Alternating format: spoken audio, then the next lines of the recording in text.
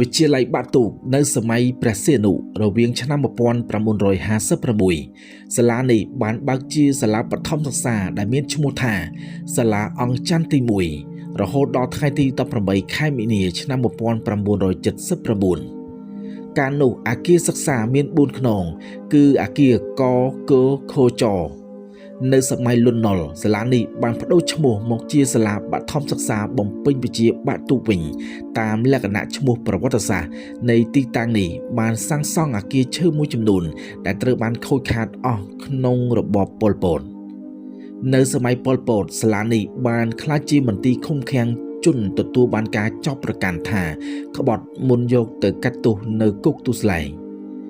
នេះជាកន្លែងចិញ្ចឹមជ្រូកពពែនិងជាកន្លែងធ្វើជីសម័យនេះអគារឈើទាំងប៉ុន្មានដែលកសាងក្នុងសម័យលន់នល់ត្រូវបានរុះរើបំផ្លាញខ្ទេចខ្ទី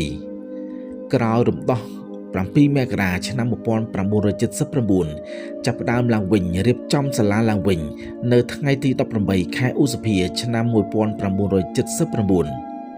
ចាប់បើកជាសាលាកម្រិតសិក្សាទី1ដែលមានឈ្មោះសាលាបឋមសិក្សាបាតុក